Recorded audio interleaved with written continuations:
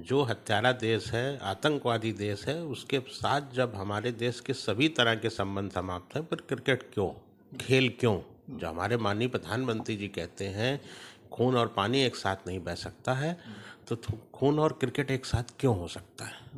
जो देश दशकों से हमारे देश पे लगातार आतंकवाद फैला रहा है, हम न जाने कितने निर्दोष नागरिकों की हत्याएं करवा चुका है, न जाने हमारे सेना के कितने जवानों को शहीद हो चुके हैं उनसे लड़ते हुए, जिस देश का, जिस राष्ट्र का सिर्फ एक ही काम है आतंकवाद फैलाना और उस आतंकवाद को भारत के खिलाफ इस्तेमाल करना, देश को कमज़ोर करने का प्रयास करना, उस दुश्मन मुल्क, आतंकवादी मुल्क के साथ हमें या हमारे बीसीसीआई को या हमारे खिलाड़ियों को बिल्कुल भी नहीं खेलना चाहिए। मैं तो कहता हूं कि हमारे देश के जो खिलाड़ी हैं, क्रिकेट खिलाड़ी, उनको देशभक्त होना चाहिए और मना कर देना चाहिए। जैसे अभी थोड़े दिन पहले एक था आयोजन सीनियर क्रिकेटर का लंदन में, और उन्होंने मना कर दिया था कि हम ऐसे देश के साथ बिल्कुल भी खेलना नहीं चाहेंगे। अच्छा, इसी को लेके विपक्ष के कुछ नेता हैं, वो आपका जो सुर है, जो आपकी बात है, इसी बात से वो एग्री कर रहे हैं कि बाइकआउट करना चाहिए, मैच भारत को नहीं खेलना चाहिए। लेकिन सरकार को वो ताना कस रहे हैं, सरकार के बारे में कह रहे हैं कि सरकार कुछ पैसों की वजह से, चंद पैसों की वजह से 26 जो जाने गई हैं देश के युवाओं की, देश के लोगों की, उनकी जानों की कुर्बानी ऐसे ही बेकार जाने दे रहा है। देखिए, राजनीति का विषय नहीं है, ये देश का विषय है। जब देश पे हमला होता है तो ये राजनीति का विषय नहीं होता है। अच्छा, पहलगाम में जो 22 अप्रैल को हमला हुआ था, वो देश पे हमला हुआ था। आतंकवादियों ने धर्म पूछ करके चुन चुन के हिंदुओं का नरसंहार किया था और उनकी पत्नियों से कहा था कि जा करके अपने प्रधानमंत्री को बता दो, मोदी से बोल देना। ये हमारे देश पे हमला था। ये कोई राजनीति का विषय नहीं है। कोई विपक्ष का नेता हमारे पक्ष में बोल रहा है या सत्ता पक्ष का नेता हमारे पक्ष में बोल रहा है। उसके बाद हमारे देश की सरकार ने जो कार्रवाई की, ऑपरेशन सिंदूर किया, मैंने सेना को और अपने देश की भूरी भूरी प्रशंसा की है और अपने प्रधानमंत्री जी का आभार व्यक्त किया था कि निश्चित तौर पे उन्होंने बहुत कठोर कार्रवाई की थी पाकिस्तान के खिलाफ। मैं कोई राजनीति से संबंधित बात नहीं कर रहा हूँ, ये देश से संबंधित विषय है। अगर देश पे हमला होगा, देश के निर्दोष नागरिकों पे हमला होगा, तो उस हमला करने वाले के साथ विरुद्ध में पूरा देश खड़ा होगा और पूरे देश के 140 करोड़ जनमानस खड़ा होना चाहिए। जो विपक्ष के बहुत सारे नेता हैं वो अब इस बात को कह रहे हैं कि ऑपरेशन सिंदूर जो चलाया गया था, ये उसकी बेइज्जती हो रही है ऑपरेशन सिंदूर की। अभी महाराष्ट्र में आपके विपक्ष के एक नेता हैं, वो आज रैली निकाल रहे हैं इसकी, सिंदूर यात्रा, रोको सिंदूर यात्रा। तो मतलब इसको कैसे आप देखते हैं? क्या आप कहेंगे? प्रधानमंत्री मोदी से क्या बोलेंगे? देश के लोगों से क्या बोलेंगे? क्या गुजारिश करेंगे? आज भारत पाक मैच होने जा रहा है, उसके पहले क्या आप बोलेंगे लोगों से? मैच के पहले, सबसे पहले जो हम पूरे देश से ये एक अनुरोध कर रहे हैं, प्रार्थना कर रहे हैं कि कोई भी देशवासी, देशभक्त देशवासी इस मैच को ना देखे। अगर इस मैच को बायकॉट करेंगे, अगर वो टीवी चैनल जिसने प्रसारण का अधिकार लिया है उसको ये पता चलेगा कि देश हमारे खिलाफ है, उन आयोजकों को ये पता चलना चाहिए कि देश का जनमानस हमारे खिलाफ है। कुछ नहीं कर पाएगा कोई अगर देश खड़ा हो जाता है। सारा ये पैसे का खेल है और इस खेल से पाकिस्तान को पैसा मिलेगा। उस पैसे से, और कोई पैसा कोई छोटा नहीं मिलना है, बताया जा रहा है करीब 500 करोड़ रुपया आज के इस आयोजन से पाकिस्तान को मिलने वाला। उस 500 करोड़ का एक एक रुपया हिंदुस्तान के निर्दोष लोगों को या हिंदुस्तान के आर्मी फोर्सेस के उन जवानों को जो अपना घर परिवार छोड़ करके सीमा पर रक्षा करते हैं, उनका खून बहाने के लिए इस्तेमाल किया जाएगा। इसलिए हम विरोध कर रहे हैं।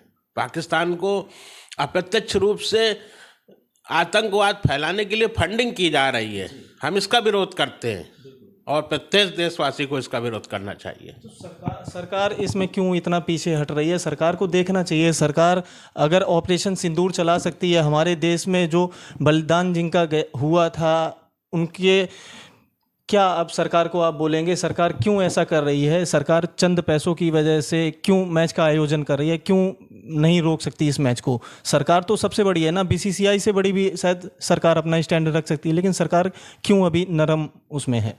आप कह रहे हैं शायद बीसीसी से बड़ी, इस देश में सरकार ही सब कुछ है। देश की जो सरकार होती है, देश के संबंध में सारे निर्णय सरकार ही लेती है। मैंने लगातार, जब से मुझे ये सूचना मिली, मैं बारंबार अपने देश की सरकार से अनुरोध करता रहा हूँ कि इस आयोजन को रद्द करें कृपया। किंतु यदि सरकार ने नहीं सुना है तो अब देश की जनता को, अगर इसका देश की जनता पूरा बहिष्कार करती है, 100% बायकॉट करती है, तब इनके आयोजकों को, सरकार को भी समझ में आएगा कि देश के जनमानस की भावनाओं के विपरीत किसी को भी नहीं जाना चाहिए और न कोई जा सकता है। प्रजातंत्र है और जनता ही सब कुछ है, देश की जनता ही सब कुछ है। अगर देश की जनता नहीं चाहेगी तो कुछ भी नहीं हो सकता है। आज इन परिस्थितियों में, जबकि अभी कुछ ही घंटों बाद वो मैच होना है, अब हम क्या कर सकते हैं? अब हम सिर्फ ये कर सकते हैं कि इस मैच का बायकॉट कर सकते हैं। अब इस मैच को देखने से हम बच सकते हैं और लोगों को बोल सकते हैं कि इस मैच को मत बिल्कुल ही ना देखें, बिल्कुल ही ना देखें। और जो भी आपके मिलने वाले हैं उनको भी इस मैच को नहीं देखना चाहिए। अपने मित्रों से, अपने समाज से, अपने आसपास के लोगों को बताइए, समझाइए। बहुत से लोग अभी इस बात को नहीं समझ रहे हैं कि इस मैच से इस देश का कितना बड़ा नुकसान होने वाला है। बहुत से लोगों की समझ से बाहर है। इस मैच से होने वाली आमदनी से पाकिस्तान आतंकवादी तैयार करेगा और वो आतंकवादी इस देश के निर्दोष नागरिकों का खून बहाएंगे। वो आज हमारे परिवार के साथ हुआ है, कल आपके साथ होगा, परसों किसी और के साथ होगा। इस देश के ही किसी के साथ तो होगा ना।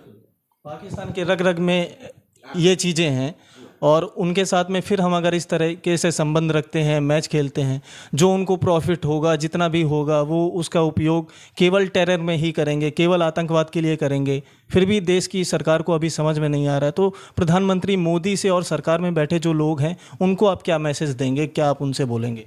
मैं तो माननीय प्रधानमंत्री जी से लगातार और इस देश की सरकार से लगातार अनुरोध कर रहा हूँ कि इस तरह के आयोजनों को रद्द किया जाए।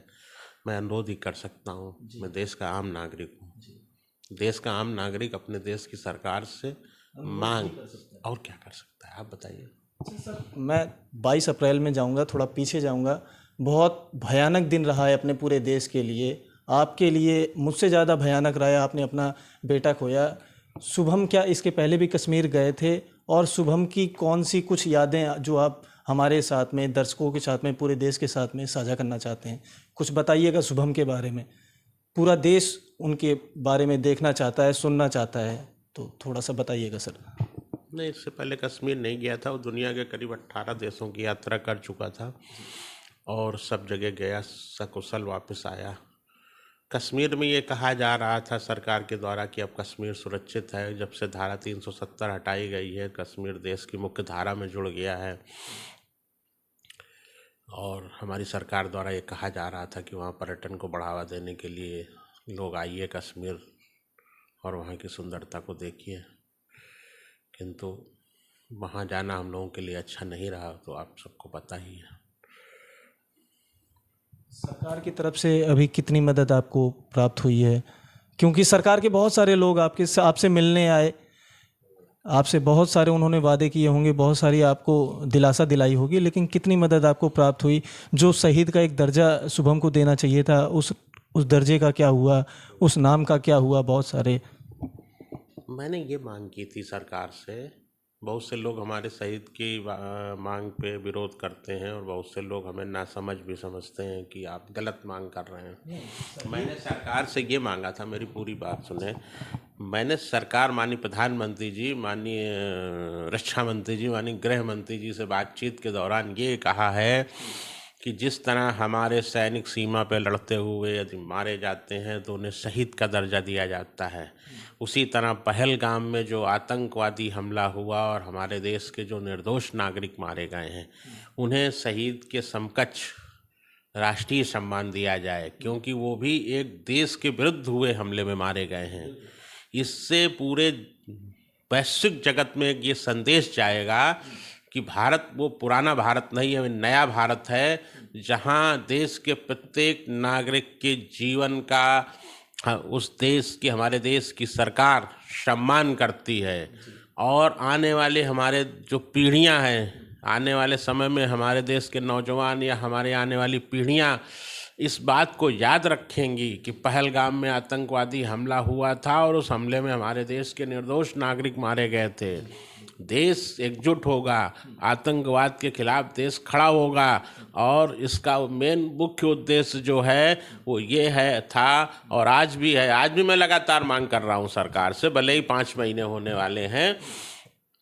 इसका मुख्य उद्देश्य ये है कि पूरा देश जब 140 करोड़ देशवासी खड़े होंगे तो इस देश में अब ना कि कोई आतंकवादी हमला होना चाहिए और ना ही कोई दूसरा पहलगाम होना चाहिए और ना ही किसी परिवार का कोई शुभम अब जाना चाहिए। शुभम की कोई ऐसी याद जो वो अपने भविष्य में देख रहे थे, भविष्य में आप लोगों के साथ में वो कुछ करना चाह रहे थे, कुछ ऐसी याद आप साझा करेंगे? वो भविष्य में बहुत तरक्की करने वाला बालक था और उसकी सोच बहुत बड़ी थी और बहुत आगे जाने की सोच थी और बहुत तरक्की करने की सोच थी, किंतु अब समय से पहले ही सब कुछ खत्म हो गया। बस ठीक है, हम आपके दुख को और ज़्यादा नहीं बढ़ाएंगे। आखिरी में हम एक ही बात कहेंगे कि सरकार को शुभम के शहीद होने का जो दर्जा है वो किसी से पूछना विचारना नहीं चाहिए, देना चाहिए। क्योंकि अगर हमारे देश का कोई भी यात्री, कोई भी आम जनमानस अगर कश्मीर जाता है या देश के किसी भी हिस्से में जाता है तो सरकार की जिम्मेदारी होती है। हम सरकार को हर तरह से टैक्स दे रहे होते हैं, हम सुबह उठ के दूध पीते हैं, कुछ भी खाते हैं तो उसमें कुछ कहीं ना कहीं टैक्स लगा होता है। तो सरकार को इस तरफ ध्यान देना चाहिए और सरकार को शुभम को शहीद का दर्जा देना चाहिए। और